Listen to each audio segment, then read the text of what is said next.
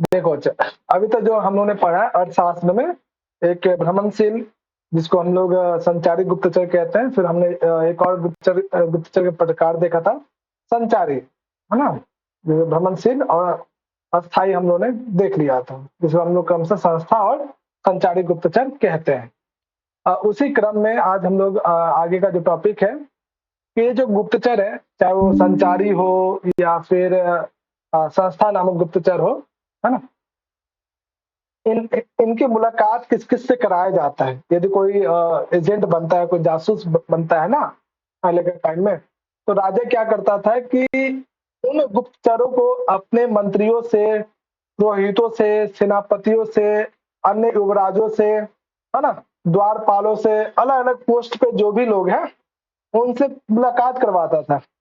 मुलाकात कराने के बाद, है ना, तो जो भी गुप्तचर जिस लैंग्वेज में एक्सपर्ट होता था, है ना, जिस वेशभूषा को धारण करने में एक्सपर्ट होता था, है ना, जैसा उसका कौशल होता था, ठीक है, जैसे उसकी भक्ति होती थी, जैसा उसका सामर्थ्य होता, उसके अनुसार उसकी परीक्षा लेकर, परीक्षा जो है ये लोग लेते थे, ठीक है, अलग अलग कार्य विशेष को करवाकर फिर उस हिसाब से उन्हें अलग अलग गुप्तचरों को अलग अलग राज्यों में भेजा जाता था। जैसे आज भी होता है कि जो जिस लैंग्वेज में एक्सपर्ट है, जो जैसा जिसकी बुद्धि बहुत चलती है ना, जो अनेक रूपों को धारण कर सकता है ना, अलग अलग वेशभूषा को धारण करके उसके अनुसार बिल्कुल ढल जाता है, ऐसे लोगों को किस देश में भेजा जाए, ठीक है। तो ये लोग मिलजुल कर निर्णय करते थे, है ना। इसी बात की चर्चा यहाँ पे अगला जो कोटेशन आप पढ़ोगे इसमें देखिए आप। हाँ विशाल, पूरा पढ़ लो, फर्स्ट लाइन पढ़ना पहले, फर्स्ट लाइन ध्यान से पढ़ना। जी भैया। हाँ, तान राजा का विषय मंत्री पुरोहित सेनापति युवराज दवारिका अंतर्वेशिक प्रशास्त्री समाहर्त्री सन्निधात्री प्रवेश नायक। रुको रुको, फर्स्ट लाइन, बस बस बस ऊपर वाला ही लाइन देखो, तान, ठीक है। वो जो गुप्तचरों की जो बात की गई है अभी तक, चाहे वो सत्री हो या अन्य जितने भी गुप्तचर हैं, उन गुप्तचरों को राजा क्या करना चाहिए, राजा का क्या कर्तव्य होना चाहिए कि जितने भी गुप्तचर हैं उस समय स्व विषय, ठीक है, अभी ये पद म्यूट कर लेना। हाँ, तो एक राजा को क्या करना चाहिए कि इन सभी गुप्तचरों को क्या करना चाहिए, मंत्री, जानते ही कौन होता है, पुरोहित, सेनापति, युवराज, दौवारिका, दौवारिका क्या, दौवारिका कौन होता है बच्चा? हाँ बता बच्चा,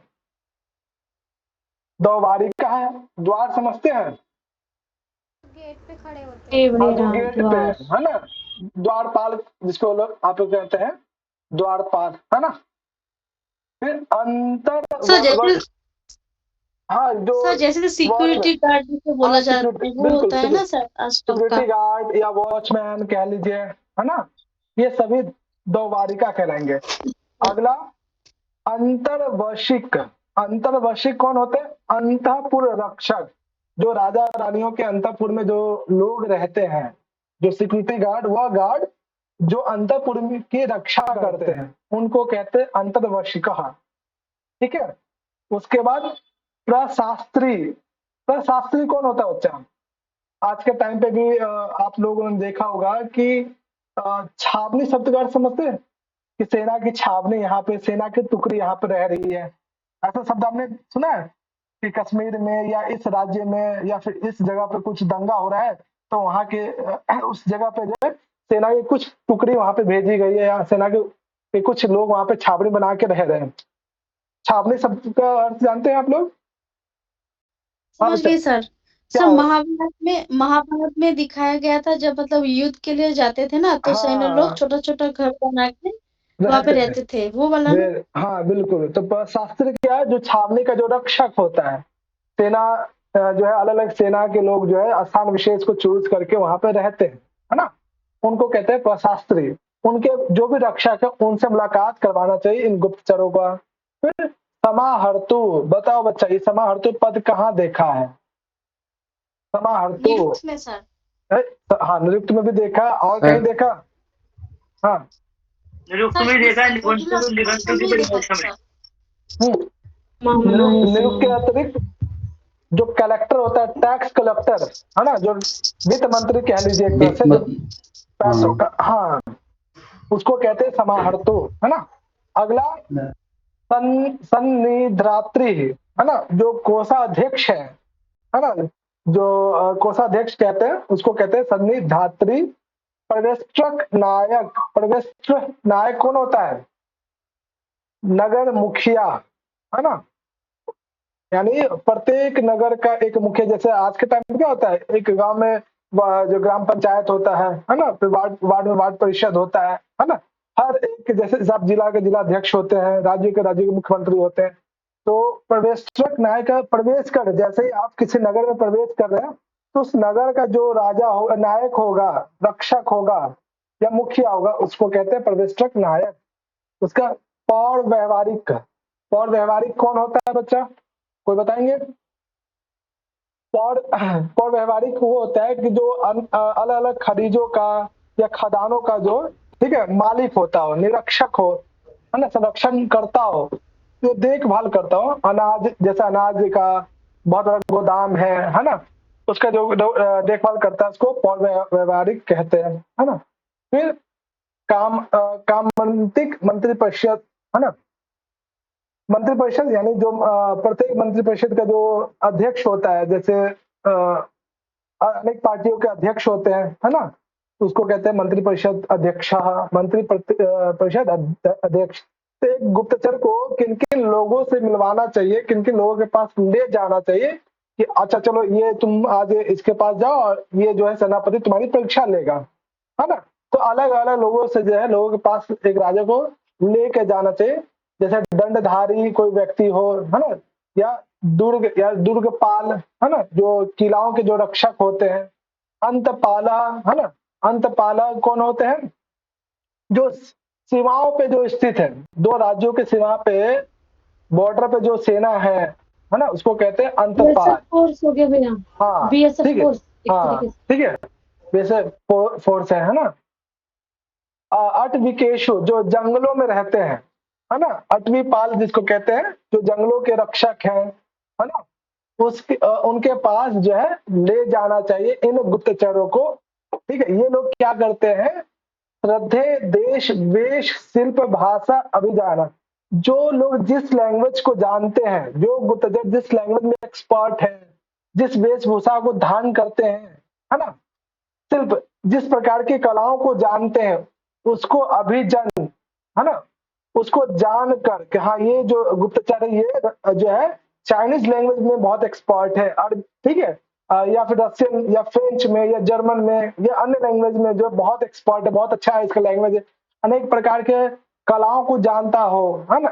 ऐसे अलग अलग गुप्तचरों को जान करके ही क्या करना चाहिए? उपदेशान भक्तितः सामर्थ्य योगात च, है ना। तो और साथ ही साथ ये भी पता लगाना चाहिए कि राजा के प्रति कितनी भक्ति है इन गुप्तचरों का, इन गुप्तचरों का क्या सामर्थ्य है, ये भी जो है इन लोगों से मिलने के बाद लोगों को पता चल जाता है कि अच्छा ये गुप्तचर इस काम के लायक है। ठीक है, तो उन्हें भाषा के आधार पे, कौशल के आधार पे, बोली के आधार पे, भक्ति के आधार पे, सामर्थ्य के आधार पे अलग अलग राज्यों में, अलग अलग क्षेत्रों में रवाना किया जाता है। हाँ, तुम इस लैंग्वेज में एक्सपर्ट हो, तुम इस चीज को हैंडल कर सकते हो, तुम इस जगह चले जाओ।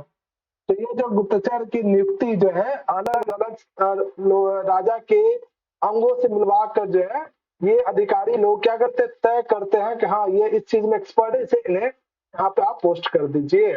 और आज भी जो है इस तरह के विभिन्न देशों में इस तरह की शैली है कि जो जिस काम में एक्सपर्ट है, आपने बहुत सारे रो बेस्ड या फिर एजेंट बेस्ड मूवी आपने देखा होगा, है ना, तो उनकी भी नियुक्ति ऐसी ही होती है ना।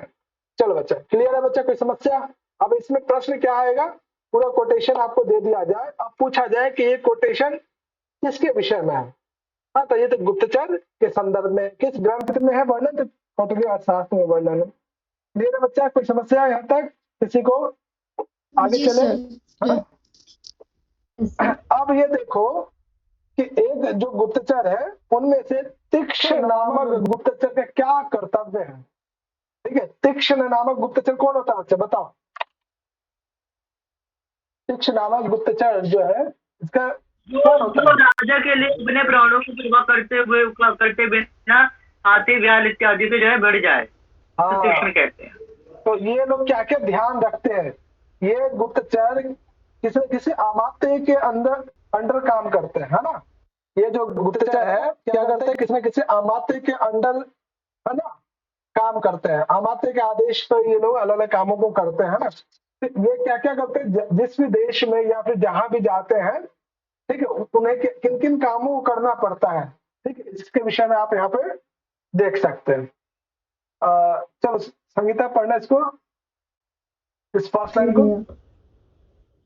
तेषां तेषां बाह्यं चारां छत्र छत्रभृङ्गारभ्य जनपादुकाशा आसनयान वाहनो पगग्रहेण स्तक्षिणाः विदुः। हाँ देखो क्या है, तेषाम, तेषाम का मतलब जितने भी गुप्तचर आपने अभी तक पढ़ा उनमें से, है ना, उनमें से क्या क्या, उनमें से बाह्यम चारम, चार शब्द तो हिंदी में, लेकिन संस्कृत शब्द में जो चारम है, इसका क्या मतलब होता है? चारम, हाँ, चारम छत्र भृंगार, हाँ, छत्र शब्द आपने नेशन में भी पढ़ा होगा। हाँ बोलो बच्चा, कोई कुछ कह रहे हैं? चारम छत्र भृंगार, हाँ क्या होता है बच्चा? छत्र का मतलब क्या होता है?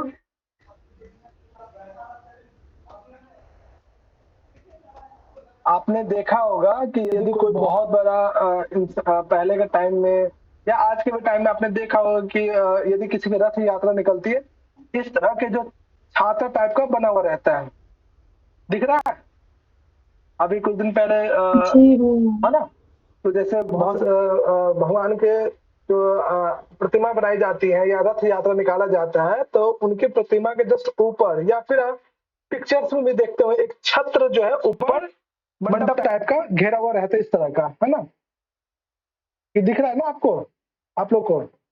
ये जी भैया। भैया ये सम्राट अग्रसेन के उस फोटो पे हमेशा रहता है वो। हाँ ठीक है, बहुत अलग अलग राजाओं के में राजा लोग जहाँ बैठते थे या कहीं जा रहे हैं अपने रथ से, तो रथ भी इस तरह का डिजाइन किया रहता था, है ना? इसी को कहते हैं छत्र, है ना, ध्यान रखिए, ये छत्र है।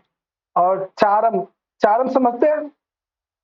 चारम, जी भैया, जो गुरुद्वारे में जो वो होता है जो साड़। हाथों से व्हाइट कलर का हाँ मक्खियां वेरी उड़ाने गुड, के लिए। Very good, very good. हाँ हाँ बोलो सुजाता, क्या कह रहे हो?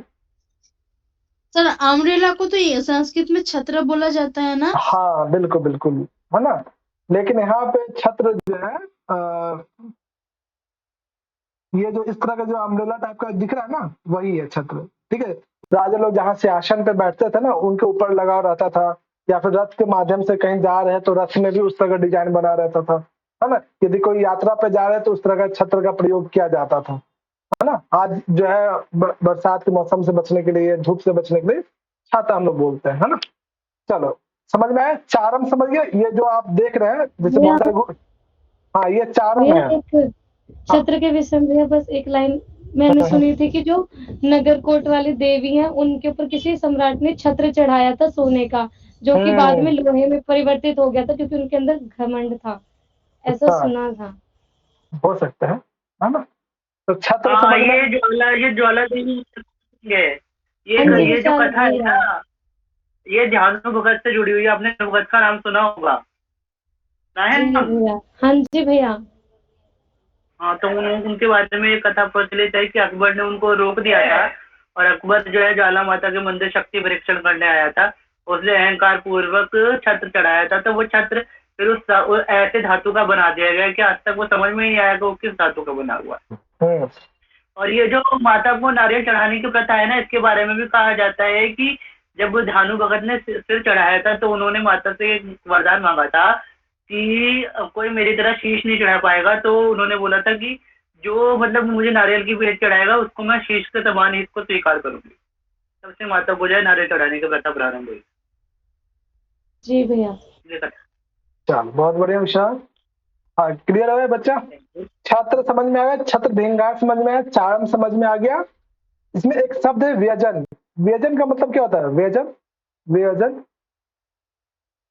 पंखा सर, पंखा कहते हैं ना, पंखा कहते हैं उसको। ठीक है, पादुका समझते ही है ना, पादुका समझते हैं, पादुका आसन यान, है ना, पादुका। पादुका मतलब सैंडल, सैंडल सर हम लोग जो हाँ पहनते हैं, शूज हाँ सैंडल है सब। हाँ, ठीक है, चप्पल भी जिसको कहते हैं ना पैर में। आसन, है ना, आसन यानी बैठने की जगह। यान वाहन, है ना, एक स्थान से दूसरे स्थान पर ले जाने के लिए। पालकी, पहले हाथ ये इस तरह का जो पालकी देख रहे हैं, एक के राजा को या अमात्य को एक स्थान से दूसरे स्थान तक जाने के लिए एक परिवहन हुआ करता था, यान वाहन, है ना। उपग्राहीन, है ना, उपग्राहीन यानी अनेक प्रकार के उपकरणों का, चाहे छत्र हो या फिर चारम हो, पादुका हो या बैठने की जगह हो या पालिकी हो, है ना, हर चीज का जो है ना एक गुप्तचर को, तीक्ष नामक गुप्तचर को जो है इन सब चीजों का देख रेख करना पड़ता था। ठीक है, उपग्राहीना। और अमात्य की जो है, जिस भी अमात्य के अंदर अंडर जो गुप्तचर है, उस अमात्य की सेवा के रूप में इन सब वस्तुओं का ध्यान रखना पड़ता था। एक तीक्ष नामक, है ना, तीक्ष्ण विद्यु, तीक्ष्ण नामक गुप्तचर का क्या कर्तव्य होता था कि वो अमात्यों की सेवा के रूप में उनके जो छत्र है, चामर है, व्यजन है, पादुका है, आसन है, पालकी है, इन सब की जो है अच्छे से देखभाल करना चाहिए, ये उनका कर्तव्य होता है, तीक्ष्ण नामक गुप्तचर। अब इसमें क्या प्रश्न होगा, है ना, इसमें प्रश्न क्या होगा कि पूरा कोटेशन दे दिया जाए, है ना, अब यहाँ पर तीक्ष्ण की जगह पे फिल इन द ब्लैंक कर दिया जाए, है ना। तो ये किसका लक्षण है या किसका कर्तव्य है? तो ये तीक्ष्ण नामक गुप्तचर का कर्तव्य है। क्लियर बच्चा, कोई समस्या आता है? चलिए आगे, क्लियर है भैया। है ना। अब मान लो कि तीक्ष्ण नामक गुप्तचर को कोई इंफॉर्मेशन मिला, है ना, तो ये इंफॉर्मेशन किसको देगा, है ना। तो ये यहाँ पे कहा जा रहा है कि जो भी तीक्ष्ण नामक गुप्तचर को जो भी इंफॉर्मेशन मिला, जहां से भी प्राप्त हुआ, वो क्या करेगा? तम स्त्रीणा संस्था स्वप्रियेयु, वो क्या करेगा? वो सत्री नामक जो गुप्तचर है, चलो नीचे वाले लाइन को पढ़ो विशाल। जी भैया। तम तत्रिणः संस्था स्वपर्ययुः। चलो अच्छा, यहाँ पे तम किसके लिए प्रयोग किया गया? तम सर छत्री, ध्यान से। तम छत्री,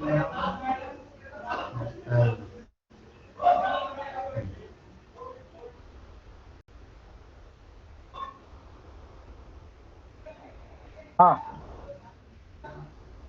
बताओ अच्छा, तम, कौन बताएंगे? तम सत्रीण तम संस्था स्वपर्येयु, हाँ, उस तम, गुप्तचर, हाँ, शायद उसके तीक्ष्ण लिए नाम, है ये, हाँ, उसको तीक्ष्ण नामक जो गुप्तचर है उसके लिए यहाँ पे प्रयोग हुआ है ना। तीक्ष्ण नामक गुप्तचर जो है सत्री नामक गुप्तचर को इंफॉर्मेशन देगा, और ये सत्री नामक जो गुप्तचर है, संस्था नामक जो गुप्तचर होंगे उन तक संदेश पहुंचाएगा। जो मैसेज है, जो इंफॉर्मेशन है, इसका जो चेन है क्या है? तीक्ष्ण नामक गुप्तचर अपने से ऊपर यानी सत्री नामक गुप्तचर को देगा। ये सत्री नामक जो गुप्तचर है वो क्या करेगा? संस्था नामक गुप्तचर को वो इंफॉर्मेशन पहुंचा देगा। ठीक है, तो यही यहाँ पे बात कहा जा रहा है कि तम सत्रीना संस्था स्वर प्रेयु, है ना, कि तम यानी उस गुप्तचर के माध्यम से जो भी सत्री को प्राप्त हुआ इंफॉर्मेशन, वो सत्री संस्था नामक गुप्तचर को देगा। तो ये क्रम जो है ध्यान रखना, तम पद यहाँ पे तीक्ष्ण के लिए आया है ना, तीक्ष्ण नामक गुप्तचर के लिए आया है। क्लियर है बच्चा? ये इंफॉर्मेशन का क्रम जो है आज भी होता है ना, कि जो सबसे निचले स्तर का जो गुप्तचर है वो अपने से ऊपर के जो हेड है उनको इन्फॉर्म करेगा, वो अपने से ऊपर को, इस तरह से हायरार्की है पूरा, है ना बच्चा? क्लियर है ये कोटेशन? कि याद रहेगा कि तीक्ष्ण नामक गुप्तचर किसको देगा, वो किसको देता है। क्लियर है? चले आगे। ये हाँ भैया बच्चा, क्लियर है भैया। अब देखो यहाँ पे चलो आ,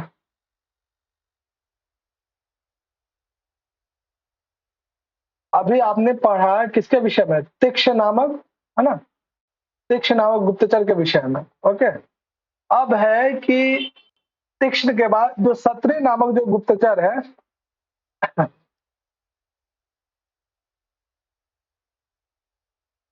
इनका क्या कर्तव्य होता है। तीक्ष्ण नामक का तो हमने देख लिया था कि भाई छत्र का, चारण का, पादुका का, पालकी का, इन सब का ध्यान रखना पड़ता है। ये सत्री नामक गुप्तचर क्या क्या करती है या क्या क्या करता है ना, तो उसका क्या काम होता है। चलिए इसी के विषय में हाँ, जिसका फर्स्ट लाइन पढ़ना, सिर्फ फर्स्ट लाइन। सूद, अरालिक, सनापक, संवाहक, आस्तरक, कल्पक, प्रसाधक, उदक, परिचारका। देखो इसमें अच्छा यहाँ तक है। इसमें एक पद है रशद। रशद किसको कहते हैं? हाँ, गुप्तचर का एक भाग है। भैया जहर देने वाले गुप्तचर को, जो आलसी रहता है, मतलब जो आलसी रहता है, जो अन्य कोई काम नहीं करता, किंतु जो केवल जहर देने के लिए ही नियुक्त किया जाता है, उसको रक्षक कहा जाता है। रस का तात्पर्य यहाँ पे है।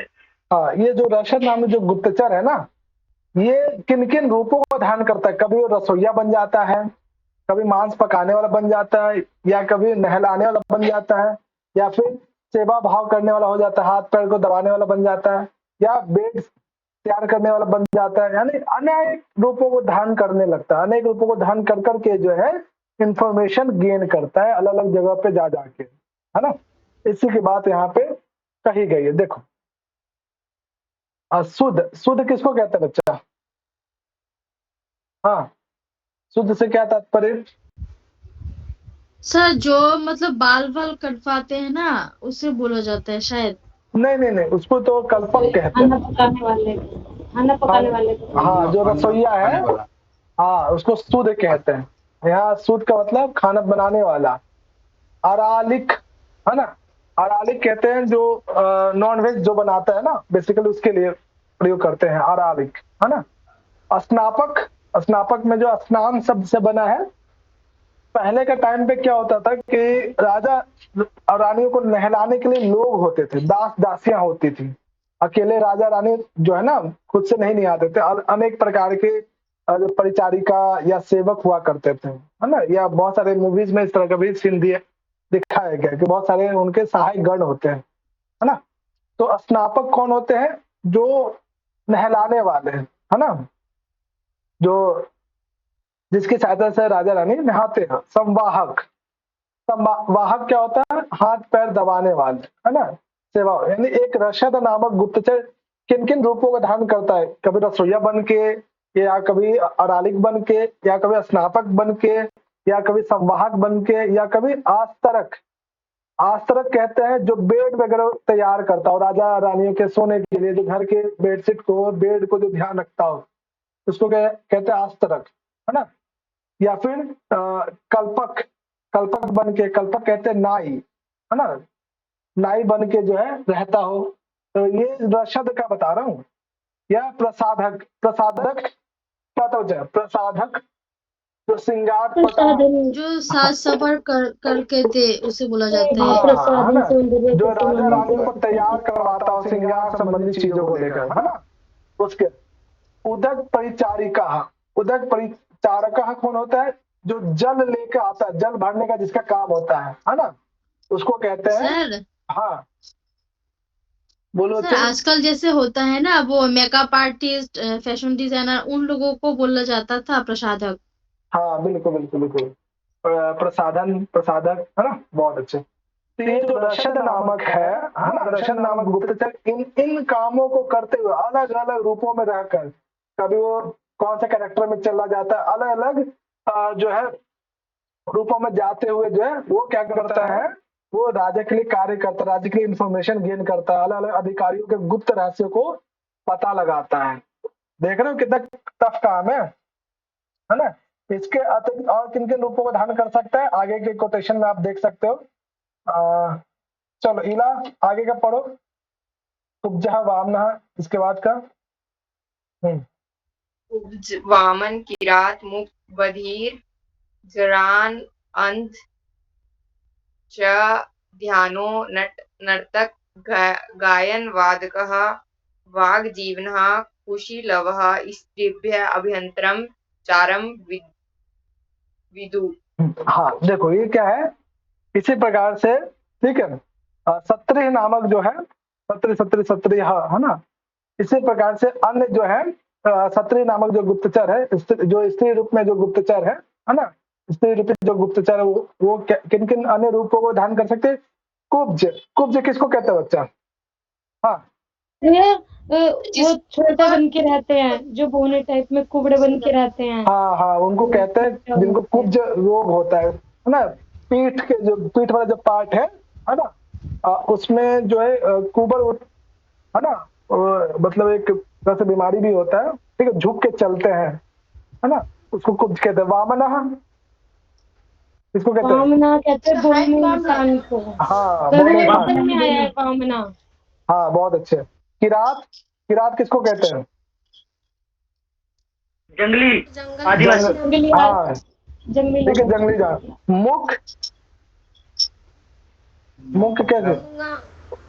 जो कुछ मुख से बोलता ना हो, बोलता नहीं। हाँ गूंगा जिसको कहते हैं। बधिरा बहरा है ना। पहला जरांध छद्यानो है ना, जो आंखों से अंधा हो है ना, ठीक है, जिसकी जो रोशनी है या नेत्र है वो जर हो गई हो है ना, बिल्कुल कुछ दिखाई ना देता हो है ना। या फिर नट किसको कहते हैं? नट नर्तक गायन वादक। नट कौन होता है बच्चा? अभिनेता। नट का अर्थ है वो अभिनेता अभिनेत्री को बोला जाता है। हाँ नर्तक गाने वाले लोग होते हैं, हाँ नाच गाने नाटक वाले। हाँ बिल्कुल है ना, नर्तक हो या गायन हो या वादक हो है ना, नहीं वादक कहते कहानी कहने वाले, गायन कहते गाना गाने वाले को है ना, ठीक है। वाग जीवन कुशीलवः यानी आपने कई बार देखा होगा कि दो लोग हैं या कुछ फैमिली है, वो क्या करते हैं रस्सी के माध्यम से खेल दिखाते हैं है ना, एक बांस का टुकड़ा यहाँ पे गाड़ दिया, एक बांस का टुकड़ा यहाँ गाड़ दिया, बीच में रस्सी, इस पे जो है एक फैमिली का कोई इंसान है, इस पे क्या करते हैं हाथ छोड़ के पैर पे चलते हुए चलता है ना, रस्सी का खेल देखा है? जी भैया देखा है, वो सिर पे ना वो भी घुमाते साइकिल के पहिया। हाँ तो वही क्या कहलाते हैं? देखा है मैंने। हाँ वाक जीवन कुशीलवः जो कूद फांद करने में है ना, जो एक्सपर्ट हो, वाक जीवन है, अपने जीवन को चलाने के लिए अनेक प्रकार के खेल दिखाते हो, खेल दिखाने में जो एक्सपर्ट हो, इन रूपों को धारण करके स्त्रियः च आभ्यंतरम चारम विद्यु है ना, इसलिए इन अलग अलग स्त्री गुप्तचरों को जो क्या करना चाहिए, इन रूपों को धारण कर करके क्या करना चाहिए, रहस्य का जो है पता लगाना चाहिए है ना। तो ये सारे यहाँ पे क्या अलग अलग रूप दिए गए कि एक गुप्तचर जिस भी काम में एक्सपर्ट है उस काम को या उस रूप को धारण करके अपने कर्तव्य को करना चाहिए। क्लियर बच्चा? है ना। चलो अंतिम नीचे वाला पढ़ो। हाँ दीपिका पढ़ो दीपिका। तम भिक्षुकाय संस्था स्वपर्ययी। हाँ बच्चा ये बताओ दीपिका, यहाँ पे तम किसके लिए आया, किस गुप्तचर के लिए आया है?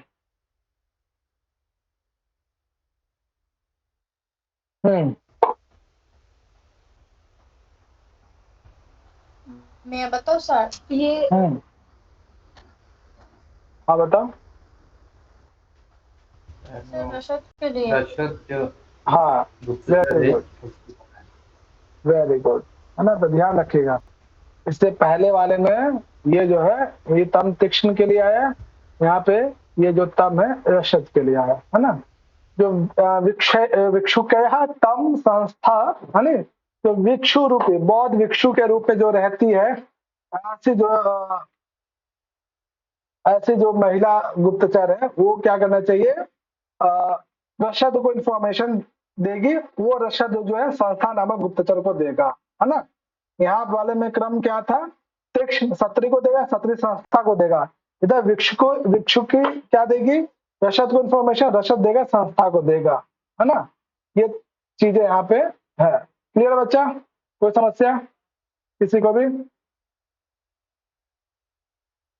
बोलो बच्चा, कोई समस्या? क्लियर है भैया। है ना। चलो आगे, अब ये देखो, हाँ ये नीतू पढ़ना इसको। सर आपने क्या बोला सर, मैंने दिया था। क्या बच्चा? मैंने बस ये बोला कि जो भिक्षुकी है ना, ये रशद को इंफॉर्मेशन देगी, ये रशद जो है फिर संस्था नामक गुप्तचर को अपना संदेश पहुंचा देगा। एक मिनट, हाँ क्लियर है यहाँ तक, कोई समस्या? जी सर क्लियर। एक मिनट, चलो हाँ नीतू पढ़ना इस लाइन को। जी सर। संस्था नाम अंतेवासिनः संज्ञा लिपिभिः रसास्वार पूर्वे। हाँ, अब जो है गुप्तचर, कई बार आपने देखा होगा कि स्टोरी में या मूवीज में, है ना, कि कोई गुप्तचर जो है कोई ना कोई कोड में अपना मैसेज भेजता है, डायरेक्ट ऐसे लैंग्वेज में नहीं लिखता है ना, कि ताकि हर कोई पढ़ ले, ऐसे लैंग्वेज में लिखता है, ऐसे कोड वर्ड दिया जाता है ना, कोड वर्ड में अपनी इंफॉर्मेशन को क्या करता है, पहुंचाता है। समझ रहे हो? तो सेम चीज, यानी ऐसा नहीं कि ये चीज आज की चीज है, ये बहुत पहले पुरानी 200 से 300 ईसा पूर्व पहले की बात है कि यदि गुप्तचर को कोई संदेश पहुंचाना भी होता था राजा के पास, तो गुप्तचर क्या करता था, ऐसा लिपि में लिखता था, संकेत लिपि में, यानी कोड वर्ड में अपने संदेश को राजा तक पहुंचाता था ताकि कोई दूसरा ना पढ़ ले। ये चीज आज के भी टाइम पे होता है, आज भी बहुत सारे जितने भी एजेंट हैं वो कोड वर्ड में काम करते हैं, है ना। यदि ये कोड दूसरे के पास नहीं है, इसका मतलब वो जो है शत्रु पक्ष का है ना। ये चीज आपने कई मूवी में भी देखा होगा। इसका संकेत आप यहाँ पे भी देख सके, संस्था नाम अंतवासिन संज्ञा लिपि, है ना, संज्ञा लिपि भी, है ना। तो देखो यहाँ पे कह रहे हैं कि जितने भी संस्था नामक गुप्तचर है ना, वो सभी जो है अपना जो कार्य है, अपना जो सूचना है राजा तक कैसे पहुंचाते हैं, संज्ञा लिपि, एक विशेष लिपि के माध्यम से, एक संकेत लिपि के माध्यम से जो भी इंफॉर्मेशन है राजा तक पहुंचाते हैं, यानी एक कोड वर्ड के माध्यम से, यानी ऐसे लैंग्वेज में वो सारी इंफॉर्मेशन को राजा तक पहुंचाते थे ताकि कोई दूसरा न पढ़ ले। यही भाव यहाँ पे है। हाँ, कोई समस्या? ये इसलिए किया जाता था ताकि न च अन्यम संस्थास्ते वा विद्यु, ताकि कोई दूसरा गुप्तचर इस प्रकार के सूचना को डिकोड ना कर पाए, पता ना लगा पाए, है ना। इसलिए जितने गुप्तचर होते थे, संस्था नामक गुप्तचर, एक विशेष संकेत लिपि का प्रयोग करते थे ताकि वो क्या हो सके, अन्य गुप्तचरों को उन इंफॉर्मेशन को वो पता ना लग पाए, डिकोड ना कर पाए। क्लियर बच्चा, कोई समस्या यहाँ तक? हाँ है ना। तो बच्चा आज इतना ही रखते हैं, ठीक है। फिर हम लोग परसों मंडे को मिलेंगे, तो मंडे में ये आपका क्लियर हो जाएगा, ठीक है। इसके बाद फिर हम लोग आगे जो होगा, जैसा भी होगा मैं आप लोगों को बता दूँ, ठीक है। कल आप लोग की छुट्टी है, छुट्टी को ऐसे व्यर्थ मत जाने दीजिएगा, आप लोग अपने स्तर पे रिवीजन करते रहिएगा, ठीक है। अब आप लोगों को कुछ कहना है, पूछ